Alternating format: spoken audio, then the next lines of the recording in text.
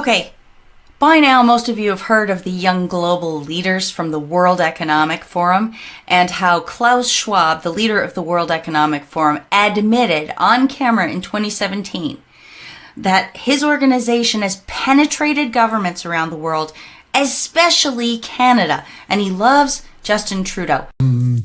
What we are very proud of now is the young generation, like Prime Minister Trudeau, President of Argentina, and so on, is that we penetrate the cabinets. So yesterday I was at a reception for Prime Minister Trudeau, and I know that half of this cabinet, or even more half of this cabinet, are for our actually young global leaders of the World Economic Forum.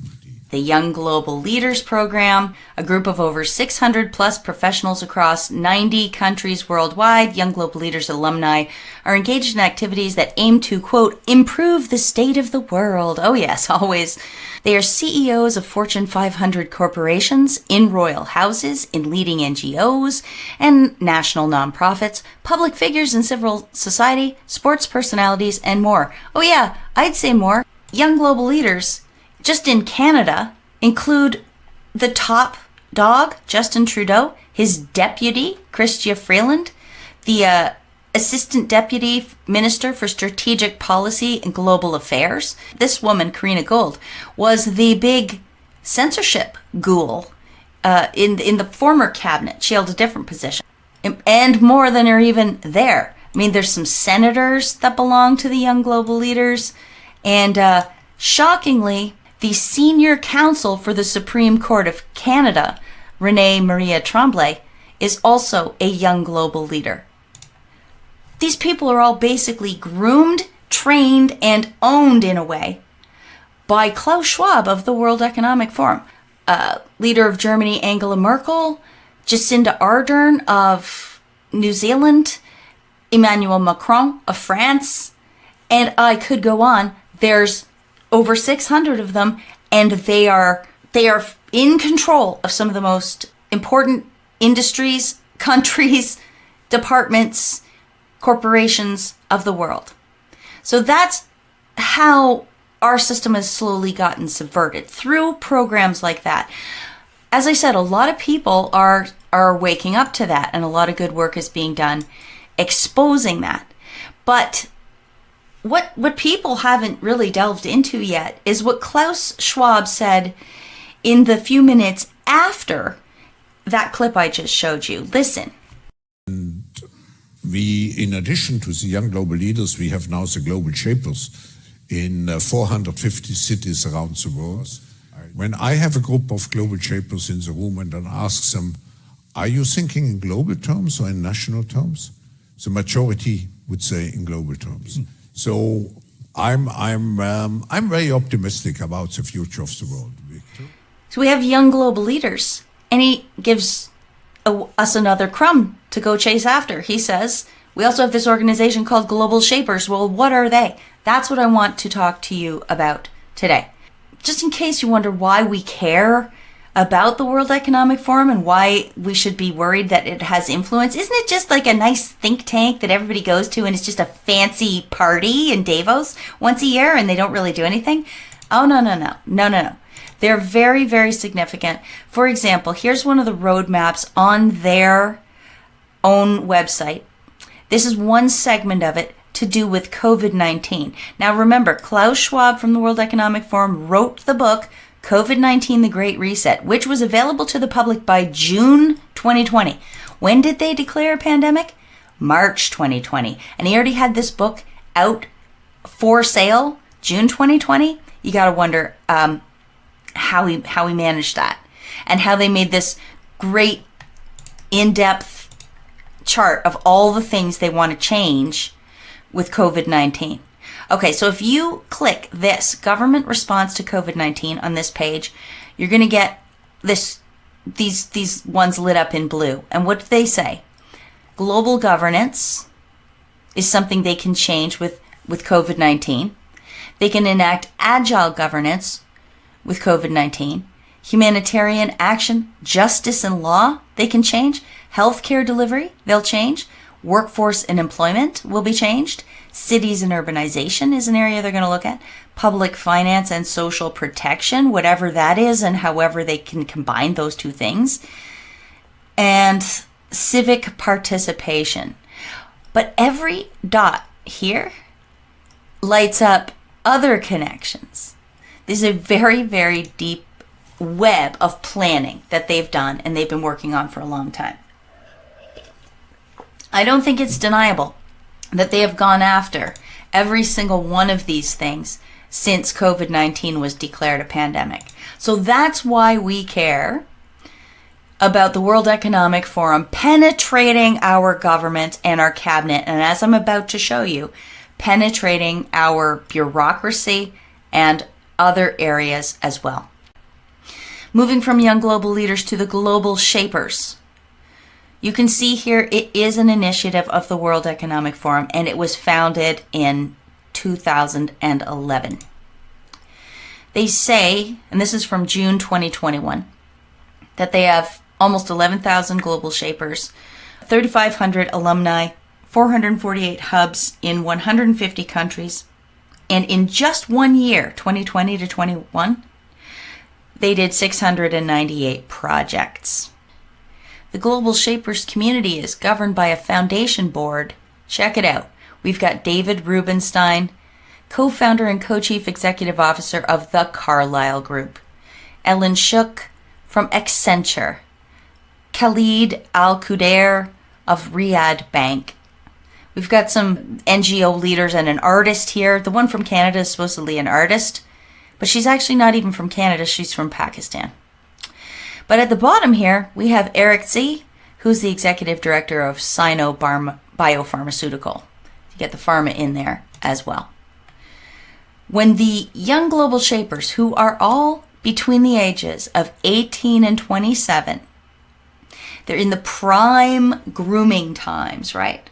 Idealistic, full of energy. They're going to believe these NGO leaders, these, oh my gosh, mom, dad, can you believe it? The World Economic Forum asked me to be a part of its global shapers community. I don't know how I got in. They must see something in me. And I want to change the world. And I believe every word of the climate change garbage, the equality garbage, everything these corporate leaders, because the World Economic Forum is a consortium of the heads of the world's largest corporations and supposedly charities and civil society and non-governmental organizations too.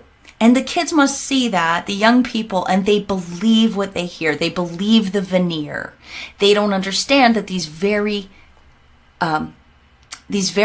monolithic corporations have insinuated themselves into the boards and in some cases completely taken over the charities that they now have as part of the World Economic Foundation, the World Economic Forum. It's all intermixed now. It's all the same people. If you scratch the surface on these hundreds and hundreds of NGOs, you will see that their partners, you always have to go to the partners page. Their partners are always overlapping interests. Accenture is on almost every single one.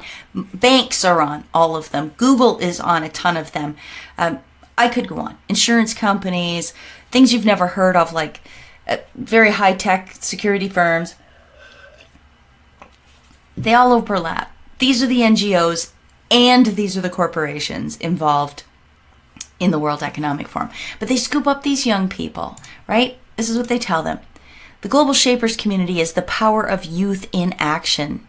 It's a network of young people driving dialogue, action, and change. It's grassroots, they say. It is literally the opposite of grassroots. Grassroots is supposed to be, when a group of people together see a problem and they're like, well, we just can't stand this anymore. We better do something about it. This is exactly, precisely the opposite of that. These guys run recruitment drives every February. It happened to be in the middle of a recruitment drive when I was looking into them. Okay, look, born out of the World Economic Forum, it's a network of inspiring young people under the age of 30 working together to address local, regional, and global challenges with more than 14,000 members, blah, blah, blah. when they bring the individual hub leaders together to Davos to reward them and treat them real special once a year, these are the types of people who go there and groom them and meet them and talk to them. Al Gore, Christine Lagarde, Mark Carney, a bunch of bankers for the most part. Ellen Shook, that's the Accenture lady. Do you really think a group of 18-year-olds want to hear from some chief executive officer of Accenture? But if you look at Accenture, highly tied to Bill Gates, highly tied to the ID 2020 movement that they're starting, like the digital ID that we all talked about 2 years ago when we were discussing COVID-19. And everyone said, you guys are a bunch of conspiracy theorists. That's insane. They're never going to really try to do that. Here they are trying to do that. They need to groom the young people, use them as their front men, and say to the world, look, old people, look, I mean, I'm humble enough to respect the fact that these 18-year-olds are going to be inheriting the world. And if this is what they want, then we got to give it to them. If they want digital ID and gig economy jobs, who are we to stand in their way of it? You see the trick? Okay. Now, this became very interesting to me because I heard Klaus Schwabb say the global shapers thing, and the convoy happened to be going on at the same time. So my first thought was, gee, I wonder if there's any global shapers living in Ottawa. Could they be behind the complaints about the truckers? Are they the ones causing all the ruckus? I wonder. And sure enough, there is an Ottawa hub of the global shapers. So I got some information and I posted about it on Twitter. 2 hours later, someone said to me, oh, your link to this page, your link doesn't work. And I thought, oh, come on, I just did that. And I went to check, boom, deleted from, sorry, we cannot find the page you're looking for. And I was like, oh my gosh. So I quickly archived and downloaded as much information as I had because I still had my browser window open. So I got all the photos of all the Ottawa shapers. There's some of them. Here's the next batch, and here's some more. Some people don't even have pictures yet. I don't know why. But that's the Ottawa shapers. So I thought, oh my gosh, they're deleting this really fast. What don't they want me to see? And I think it might have been this guy who's listed on there, Scott Gilmore, Global Shaper, Ottawa Hub, because he is married to Catherine McKenna, who is Canada's former Minister of the Environment and Climate Change, one of the most obnoxious cabinet members in Trudeau's first cabinet. Just horrible. She's also the person who said this. I actually gave him some real advice. I said that if you actually say it louder, we've learned in the House of Commons, if you repeat it, if you say it louder, if that is your talking point, people will totally believe it. She's dumb, but she let the cat out of the bag there, didn't she? She told you the truth.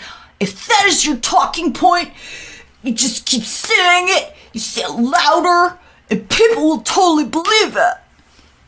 She's also eaten dog, by the way. But that's not the point. The point is, her husband, Scott Gilmore, was a young global shaper, listed currently on the Ottawa Hub. Now, the age limit for young global shaper is supposed to be 27 years old. So what's he doing on that page? There's a lot I found, as I looked, that were older than 27 by quite a bit. But they still get counted as young global shapers because it doesn't have anything to do with inspiring youth, and it has to do with finding highly placed individuals or key placed individuals so that you can call on them to do your bidding. In the case of Scott Gilmore, he was also a young global leader, but he's also a senior fellow with the Munk School of Global Affairs and the Ashoka Foundation. He has a charity which does what? This charity helps broker contracts in Afghanistan, Haiti, Timor-Leste, Burma, Mozambique, Liberia, blah, blah, blah. That's a charity. That's a charity brokering contracts between some of the world's largest, most predatory corporations and the nations that they destroyed. Scott also happens to be the international affairs columnist for Maclean's magazine, a very large outfit, very influential in Canadian opinion making. So there's one of the people I assume they didn't like me finding out about when I was researching the Ottawa Global Shapers. So let's go back to the list. But let's look at this person. Marina Savka. She's a curator. To them, curator means president, basically. Every year they get a new president and vice president, and they call them curator and vice curator. So Marina Savka is this year's curator. And you'll never guess where she works. Given what has happened in the last week, this should blow your mind. Marina Savka, head of the Ottawa hub of the Global Shapers community, works for the Ukrainian Canadian Congress. She works closely with the CEO, Ihor Mikhailchishin, and UCC national staff in Ottawa and Winnipeg on managing projects and events related to UCC priorities and public policy. I mean, boom? I think it's a pretty big boom, given that all of a sudden there's war in Ukraine, and they had the foresight to make this Marina Savka the curator of the Global Shapers Hub just in time for this outbreak of war, which, there's no way they foresaw. This is all pure coincidence. The co-curator or the vice curator is this Swiss lawyer, Leah Maria Moser. She is involved in Davos Lab Dialogues, Ottawa Against Corona project. They use Leah in their Facebook recruitment video. We'll move on to the next one. Fatima Munir. She was such a success for some reason that she got elevated to the status of Young Global Leader this year. It says she's an entrepreneurial public servant, works with the Canadian government on using data to support anti-racism initiatives. Next person on that graphic I showed you earlier, Estelle A. Klaus. She works in the Canadian government as a bureaucrat at Employment and Social Development Canada. The next one, Eliza Ali. She was featured in a news story where she fought to prevent a landlord from charging rent for a special needs school. They were going to move this special needs school into an actual school, and for some reason this young global shaper came along and said, no, you can't charge this private landlord, you shouldn't charge the school rent. You should just lose the money. And of course she helped get public opinion on the side of the school, meaning that this landlord had to forego rent for another full year, I think, before this situation resolved. She also is getting free publicity. She's supposedly a scientist. So this Soapbox Science Ottawa is promoting her. Can rats teach us more about empathy? That's this woman's big project, rats and empathy, and that Soapbox Science is promoting her. And then we say, okay, where's Soapbox Science come from? What is it? Look at this. The WE Forum, World Economic Forum. Geert van Keulen is the organizer of Soapbox Science, and she is an agenda contributor to the World Economic Forum. See the circle? This sort of fake fame, this fake competence. I mean, that woman, we don't know anything about her. She says she's a scientist. She's pushing the narrative. And the World Economic Forum works with its other global shapers and its other partners to sort of boost the profile of their own young people that are involved, that are in the cult. I have another perfect example of that here. This woman, Katie Booth B. Kung, she's a young global shaper in the Ottawa hub. If you look at what she does, she's part of this thing called Copper Root Collective.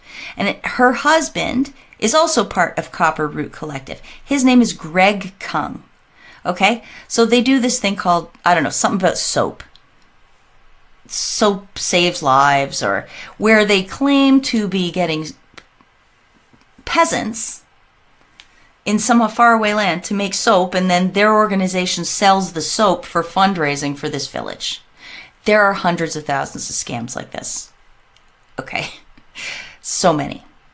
Anyway, this young global shaper is married to this guy, Greg Kung, who, listen to this, he's from Calgary, but he spent many years as a political staffer on Parliament Hill. He is currently pursuing his other passion of becoming a paramedic. Greg is a strategic consultant for several charitable foundations and advocacy associations. In his travels, Greg has been seen firsthand the benefits of clean water and sanitation, which is why he's so excited to be a part of the Soap to Hope team. Oh, there it is. Soap to Hope. Him and his wife, Soap to Hope team. Is this not weird? Weird combo? But it gets weirder, because Greg Kung also was involved in a lot of public campaigns that push certain agendas. The college strike. There's Greg Kung talking about how they're going to sue the college if it goes on strike. The minister is very troubled by a lack of talks between the colleges and the union, and here's Greg Kung being the student spokesperson for this for some reason. Now, is this just a coincidence? Like, maybe Greg Kung was a student and he just happened to get in front of the cameras and help shape the narrative and cause trouble between the unions and the government and all this. Maybe. But then how can it be that at the same time, Greg Kung is meeting Prince Charles? Because he has some role in bringing Shopify to Ottawa or something. Look, Greg Kung, Prince Charles. And remember in this article how it said he went from staffer on Parliament Hill to pursuing his dream of becoming a paramedic? And that's kind of like weird. And also you're involved in advising a whole bunch of charities. These three things do not seem to go together, but okay, whatever, bro. Then you meet Prince Charles because of Shopify somehow. But I looked it up. I was like, did he ever finish this paramedic training, and what became of that? He did. And guess what? He became the provincial director. Greg Kung, OPA interim director of policy and government relations. And I checked. As of mid-2020, he was still part of this, but I can't tell if he's moved on from there now. I'm not really sure. But do you notice? Mid-2020, when was this very key? During the coronavirus pandemic. And he was there for that. He was there for that period of time. I just find it interesting, okay? Brian Detchu works for a thing called Crestview Strategy. This is unbelievable. My mind was blown. Crestview Strategy is a PR marketing firm that on its website literally says they find influencers and they, quote, motivate them along their activist journey. I covered this 3 years ago when loudmouths in Canada started spouting off constant political rhetoric. I was like, why are they talking about this so much? And then I found out about Crestview Strategy. And if you can believe this, Crestview Strategy is a firm that was founded by our current Prime Minister's Chief of Staff, Katie Telford, her husband. So this is a young global shaper, gets hired by that firm, and he's also was a special advisor at the Senate of Canada, Prime Minister's Office, the Officer of the Governor General, the Privy Council Office, the Office of the Speaker of the House, Independent Senators Group, Office of the Usher of the Black Rod. I don't even know. I don't even know what that is. Office of the Usher of the Black Rod. And now look, he's gone on to be a legal intern at the International Criminal Court. And he was named a global shaper by the World Economic Forum in 2021 in recognition of his exceptional potential for future leadership roles in society. Exactly. They want to get their claws into these people so that if they're ever in these influential positions, they can call them up and they go, make sure you talk to that judge, for example, and do not let her grant bail to the leader of the convoy, for example. that sort of thing. These are the underground tentacles of the Young Global Leaders Forum. Let me move on. Here's Umang Kandaral. She is a competition law officer in the Department of Innovation, Science and Economic Development, Canada. She also won a Young Wonder Immigrant of the Year award, which we have in Canada, if you can believe this, in 2018. Groom them, make them feel important. Then when you need them to do you a favor inside of the government, they will. You ever heard of her? No. This is why the Young Global Shapers are so insidious. Who's next? This time we have Christine Martel Fleming. Guess where she works? The NATO Association of Canada and Global Affairs Canada. NATO, Ukraine, what's in the news? These people they're like junior spies. How else can I put it? She was also just happened to be featured in a CTV news piece about adopting dogs during isolation. Just a coincidence? I mean, do you ever wonder how the news does find these people? Like, these human interest pieces. Like, oh, I was lonely, so I adopted a dog. Like, did she phone CTV News and tell them that? And they're like, how interesting. We're going to do a story on you. Or do you think there's an agenda and they need their reliable people to come and be in news stories? For some reason, I really don't know. But what are the chances CTV would pick her when she's a global shaper and part of the government of Canada and part of the NATO Association of Canada? Is that what it was called? NATO Association of Canada. By the way, who are NATO Association of Canada's partners? Via Rail General Dynamics, the Chaos Group of Canada. What is that? Steam Whistle Ale. There's some mainstream media right there. CN Rail, the Government of Ontario.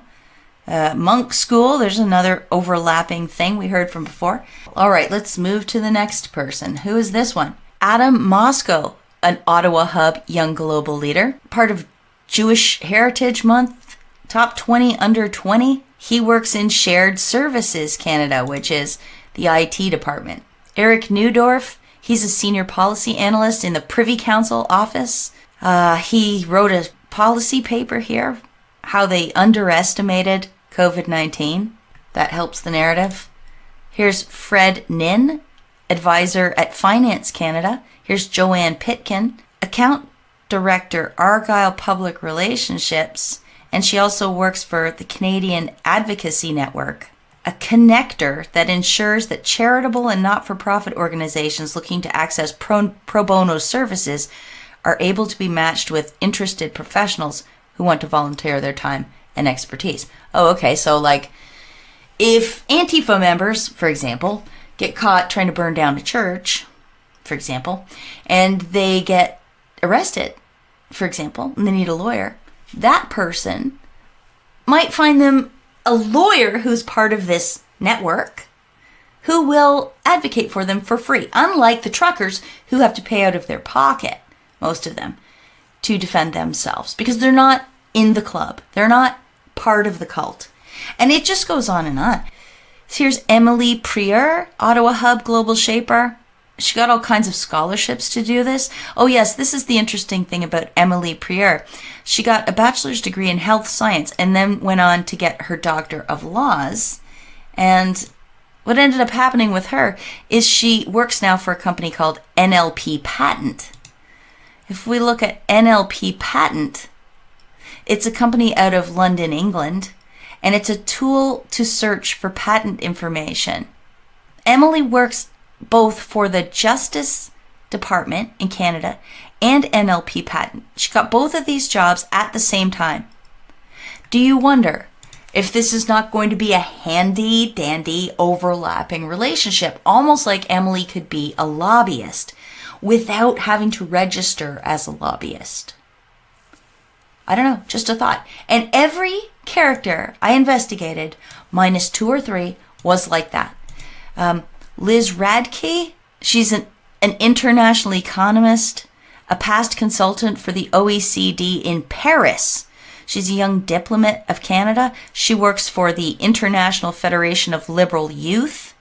So this is another sort of connection hub that they all communicate with to get things done across the world. There's this woman who for some reason has a TED Talk. In this YouTube video, which was promoted by mainstream media in Ottawa, she explains that she dreamed up an app. The idea is to make fundraising projects go viral. She didn't even develop it yet. It's 2 days old. She said she came up with the idea 2 days before, and she's in the Ottawa Citizen talking about it. It was at the time of the Ice Bucket Challenge. Do you remember that? So she's a young global shaper. Do you think if she wasn't a young global shaper, she would have been in the Ottawa Citizen talking about that? And then where did she end up? She ended up at Deloitte. Deloitte is a major, it's like McKinsey. It's like a think tank / investment company. Does all kinds of strategic planning. Anyway, here she is as a spokesman on a YouTube video talking about human capital consulting at Deloitte and how great it is to work as a summer student at Deloitte. That's what she was talking about. Jessica Slade, Ottawa Hub, Young Global Shaper. She's worked for the Government of Canada advancing initiatives such as the Social Innovation and Social Finance Strategy Innovative Solutions for Homelessness, and recently concluded a $350 million emergency community support fund, which was delivered by the United Way. She was awarded the Deputy Minister's Award for advancing COVID-19 supports. The United Way comes up a lot. Bill Gates has said that's one of his favorite charities. Here's Dominic Souris, another Ottawa Hub global shaper. She works as a junior research fellow at the Center for International Governance Innovation. Don't know what that is, but I'm sure it's swampy. Spent the last 3 years working on adaptation finance, youth empowerment strategies, and climate policy issues. International Development Research Center, United Nations Environment Program. Active in the United Nations climate negotiations? Look at, how old is this girl? She attended the UN Climate Change Conference in Morocco as a coordinator of the delegation of the Seychelles. Okay, what? See, who knows? She might be another one that isn't even Canadian. Should I continue on? Oh, it's hard to know. I mean, more about her. She's the executive director of Youth Climate Lab. Ali Tejpar works in Economic Development Canada. Ali Tejpar, here he is with the Ottawa Mayor, Jim Watson, receiving the United Way Community Builder Award. See? It's one big hub club and you ain't in it. Yeah, here's Bill Gates. My own views are those you'd expect from somebody who feels like he's been very, very lucky and that the resources under his command are really society's resources. And I have to be clever about how I'm going to funnel those back in. I fund education projects. I fund population control. I'm very big on the United Way. And indeed, if you get used to seeing this little symbol,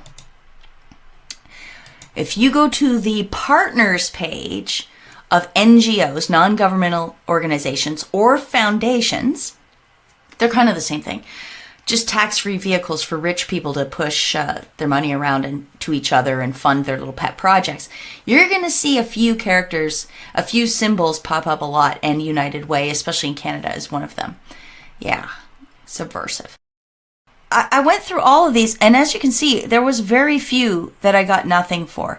Christian Patrick Robillard here, nothing much came up for him. And other people were just worked in other government departments. Most of them, though, had something interesting or were bureaucrats. And indeed, in their recruitment video that I watched on Instagram, which was so boring, I can't even describe it right here. This recruitment video, there were 4 of them on there. They all said they were bureaucrats. And it was funny because they were saying, oh, we work really hard. I know it's a lot of work. People always ask what the commitment's like, and it's a lot, but I joined because I kind of wanted to meet new people and from new backgrounds, but a lot of us are bureaucrats. So what does that tell you? So while everybody is focused on the young global leaders, And they are important, and people should be focused on them. I thought it was a good idea to let you know that there is like a slipperier, a shadier, a more underground, and possibly bigger and more influential network that they could call upon to do all sorts of things. And that is this Global Shapers community. You ever wonder how they get those counter-protesters to show up so quickly, or how they get a crowd of 30 or 40 people to be at, say, the Minister of Health's announcement outside of some hospital? You're like, why would anybody go to this? Maybe if you're a young global shaper, you get called to go to it. And they are very coordinated. I know this because when I started posting about the Ottawa hub of the Young Global Shapers, like I said, they took that page down in 2 hours. So anyway, I wanted to listen to this Ottawa Shapers podcast. By the time they had taken down the Ottawa hub page, I went and looked, and we couldn't find the Ottawa Shapers podcast. Sorry, we can't find the page you're looking for. How about this one, I thought? The medium.com blog. Welcome to new Ottawa Global Shapers. 410 error. User deactivated or deleted their account.